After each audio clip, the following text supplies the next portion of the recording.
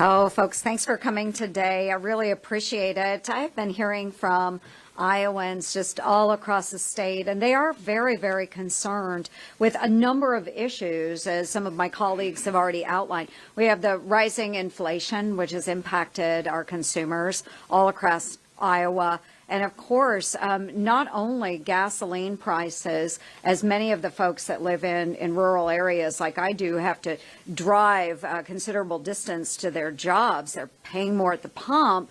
But now in Iowa and many of these other states, we're moving into our cold season. And the cost of their energy is going up radically. So I've heard from a few folks, and I'm going to highlight a couple of those today. So Marlon is from Urbandale, Iowa, and he told me gas is approaching $4 a gallon. $4 a gallon. And some analysts are expecting oil prices to go up to $100 a barrel. I would say that is more than transitory inflation.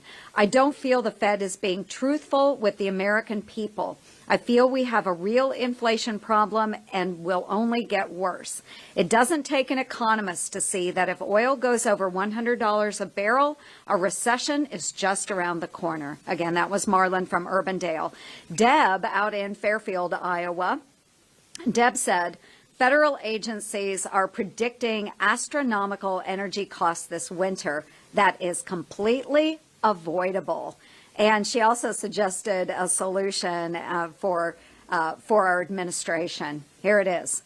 Stop preventing future energy production here in the United States.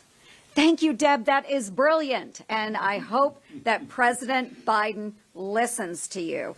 I would add, of course, as we've heard, that the president shutting down the Keystone XL pipeline and banning, of course, oil and gas leases on federal land has really only exacerbated the problem. So Marlon and Deb, again, are just two examples of Iowans that are reaching out to me. They're sharing their stories, the impact of these higher prices on their families, on their communities, their neighborhoods. And we know that much of the country is going to be out in the dark, and they are going to be out into the cold this winter if President Biden doesn't change his trajectory. And I will be followed by Senator Scott. Thanks.